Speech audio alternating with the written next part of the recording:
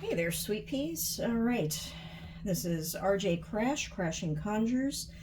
Today I have this feeling like I don't know, there's another love reading that has been bouncing around in my universe, and I think I need to explore this energy. Somebody needs a message about love. I did get the sense that whoever the other person is in this relationship, that this was a breakup energy and that it is a no contact. That's how this feels. Look at that. The Emperor and the Five of Swords. Okay. Yep, that's about what I felt.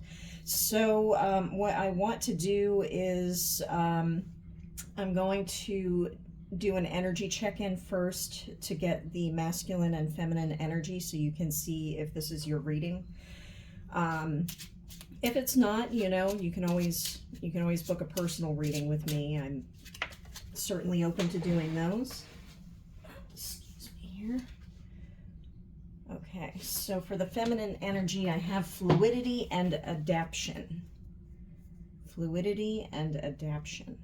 Okay. And let's take a look at the masculine.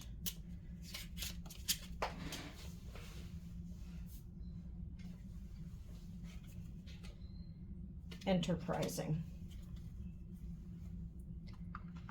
Okay.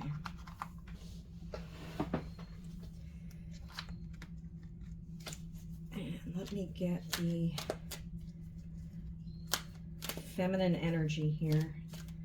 Feminine archetype energy. Give me the feminine archetype energy. Okay.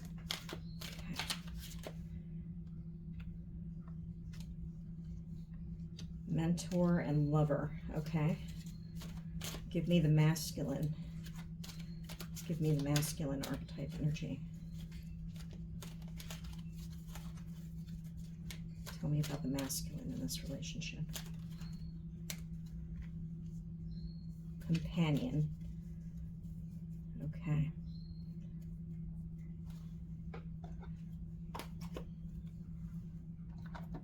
Interesting. Okay. So the overall energy for this reading is that we have a person who is standing very strongly in their power, yet they are very sad about the fact that there is no communication here, that things have somehow ceased to work. It feels very much like, even though they are standing strong and not communicating, they regret it very much. For the feminine side of this reading, and that could be you or that could be them. What I'm picking up here is that they are working hard to move beyond this, even though it brings great sadness. There's a watery energy to this, as well as the feel of growth, the attempt to move beyond, the attempt to let it go and still grow despite everything that has happened. And then we have, for the additional clarifying energies here, we have the mentor in the light attribute, passing on wisdom and refining a student's character. Shadow attribute, inability to allow the student to move on to the role of master, imparting false instruction. And then we have the lover, the light attributes, great passion and devotion, unbridled appreciation of someone or something. And the shadow attribute is obsessive passion that harms others, self-destructive devotion. So I hate to say it, but it does feel very much like that fits in with the feminine energies here, because even though there is this attempt to grow beyond what has happened, it feels very much like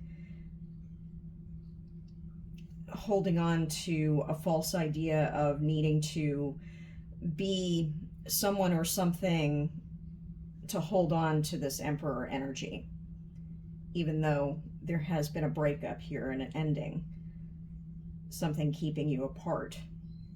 It does feel like there's some continued devotion and perhaps an attempt to adapt to the situation without actually letting it go.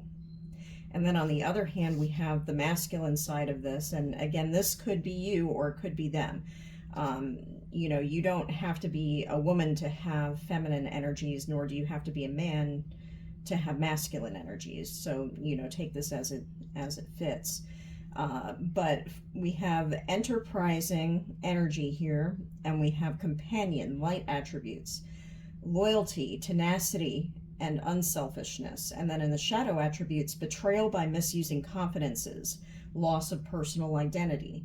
So it could be that what brought part of this on was they felt too much like they were losing themselves when they really want to build something. They want to be strong, which is why they're holding on to not letting this outside feminine energy in. They want to build something, not just become somebody else's clone. That's what that feels like to me. Like they felt too much like they were getting caught up in the feminine's energy. They were listening too much to this mentor and not enough to their own desires, being themselves. They were trying to be what the feminine wanted instead of being who they were. Now, I do think that these light attributes are really, really beautiful. They are very loyal. That's why they still have, even though there's barriers in the way, there's still love there. Very much. Otherwise, I don't think I'd be doing this reading and you wouldn't be feeling the pull of their energy. But part of that too could be this lover energy, which, funny, it's kind of right in the middle there, and it was hiding behind that mentor card.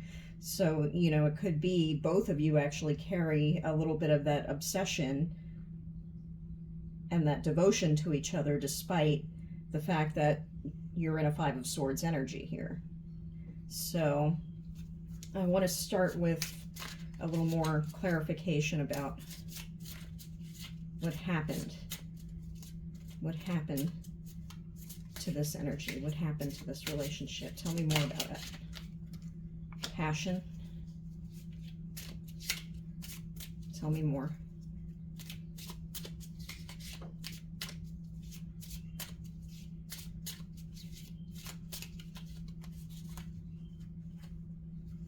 Okay, so we have heart with a key and not today, and there's a couple more sticking out here. We have girl with a snake and seduction. Okay. All right, let me see here.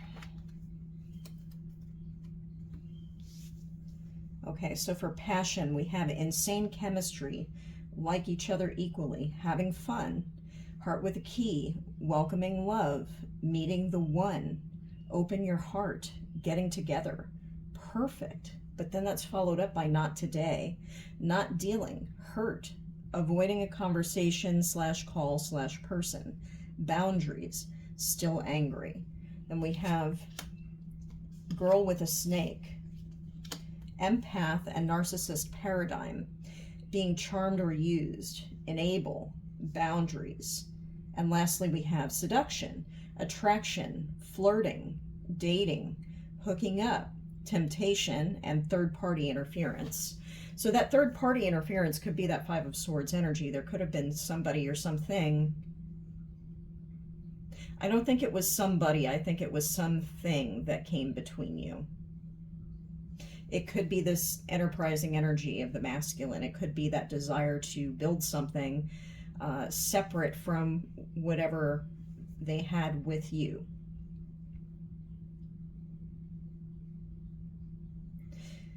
Or if that was you, then the feminine may have felt far too much that you were being obsessive about building something without them.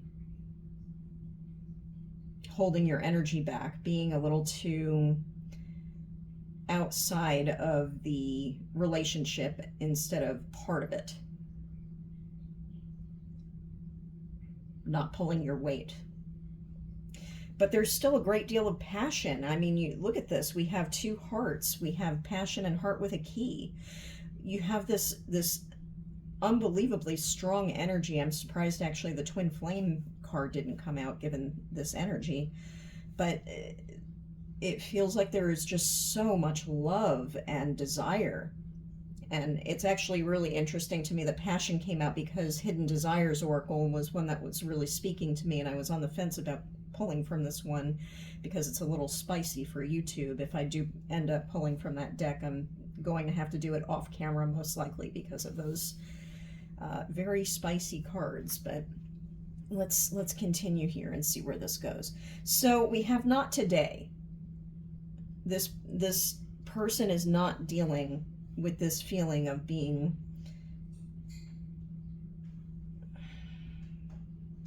is it betrayal? Because there's this feeling of being used. Like they see themselves as having been charmed by this relationship, seduced by it. And it's very fiery and passionate, but I think they feel they got so caught up in it that they were losing themselves, and that scared them. They ran away. They felt like they had to be strong. They had to stand in their power and block this out, which is why they're not communicating. Interesting. Okay. All right, so tell me about the shadow energy of this relationship. What's the shadow energy of this relationship?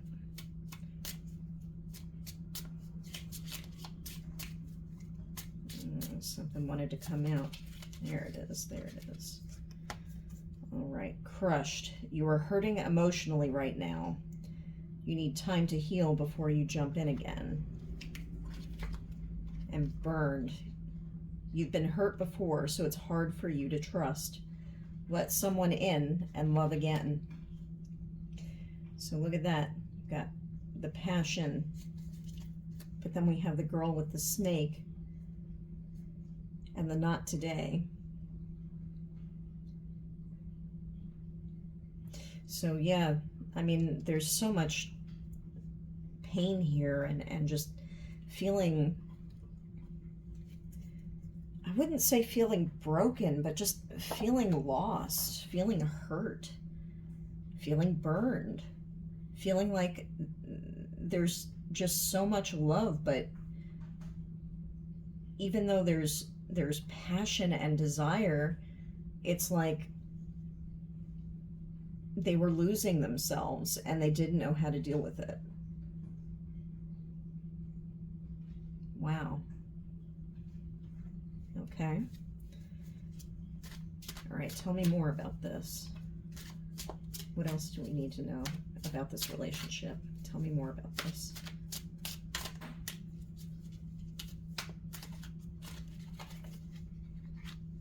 Anger, having resentment, under pressure, explosive temper, and taking a risk, new adventure, putting yourself out there, unknown outcome. Yeah, okay. So that anger I think has a lot to do with this feeling,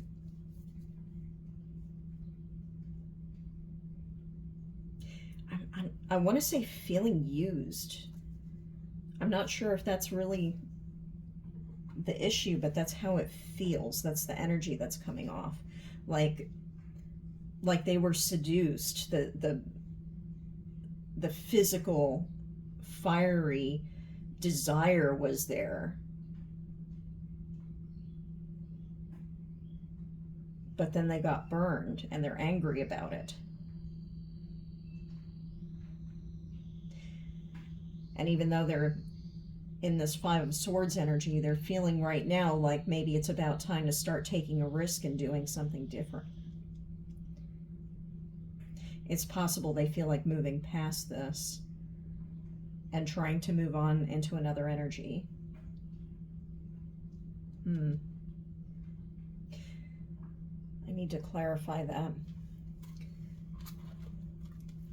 I had a couple other oracle decks here that I set aside just in case, and I guess it's a good thing that I did because I wasn't sure I was going to be using them today.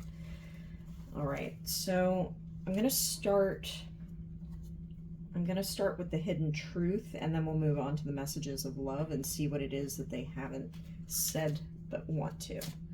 So tell me about this person's hidden truth. When it comes to this relationship, tell me this person's hidden truth. What is the truth about what they're feeling about this relationship?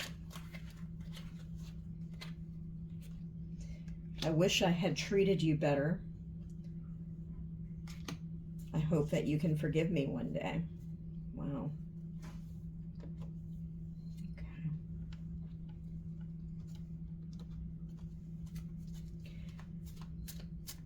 And what message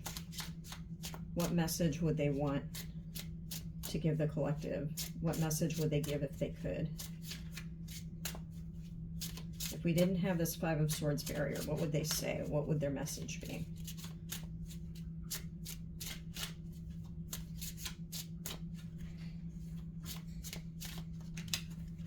Wow, that's a lot. Okay. All right, well, we'll take it. What have we got? Look at that, fate. This is a destined partnership. Remember, I was saying between those felt very much like twin flame. But here we go, obsession. Someone in this connection is gripped by obsessive thoughts. Feminine, strictly sexual. This connection is passionate, but not enduring. Intuition, you already know the answer you seek. And forgiveness. Forgiving yourself or another will help you move forward. I think that's the taking a risk right there. Whatever happened here, whatever energy burned this relationship to a crisp and crushed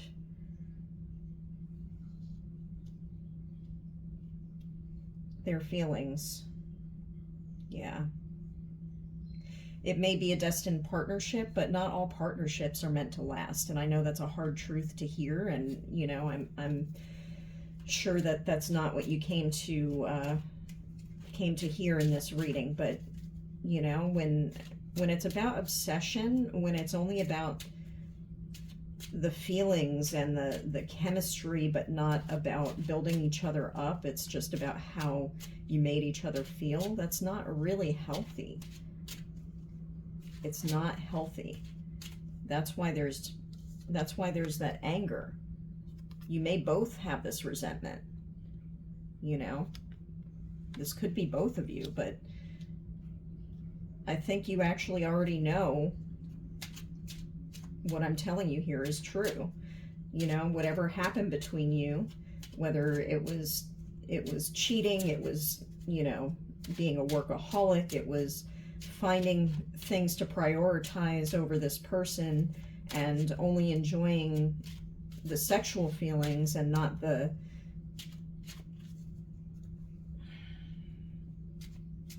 process of building a life together. I don't think that's healthy or right, and I'm pretty sure you already know that. And it's okay to still feel desire. It really is. I mean, that's probably why I felt drawn to the desire deck, because there is so much passion and fiery energy here. Like, there is a lot of fiery energy here. But that energy alone is not enough to keep a relationship going. Now, the last deck that excuse me, that I just dropped all over the floor is a little deck of mantras for healing. It's the the Healing Mantras Real Talk and Self-Love deck.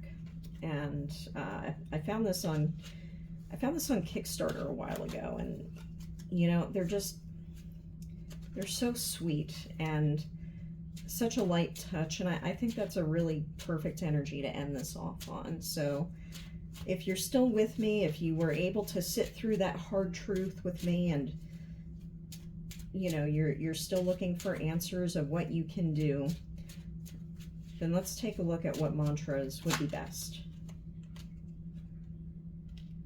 I am ready for change. It's okay to rest. Today I will love myself, and I deserve better. Beautiful, beautiful. And again, I think that dovetails right in there with the forgiveness and taking a risk. And really, really, sweetheart, I am so sorry. I know this is a hard message to hear, but when you let go, when you can release the obsessive energy, I think that will really, that may be when it's time to revisit this. If they'll let you back in, it's entirely possible that whatever this burn was, whatever this issue was that needs forgiveness, you know, I really, really hope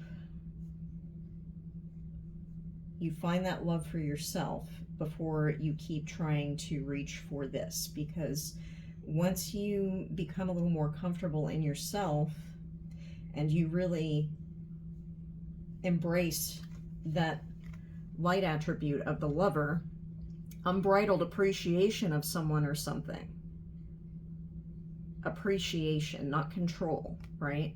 It's not just about passion.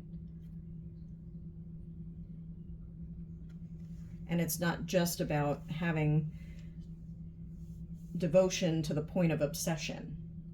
If you can let those things go, embrace these mantras, you know, tell these to yourself every day, find that forgiveness for yourself. Maybe, you know, maybe it's time to get some therapy, talk to somebody about it, you know, get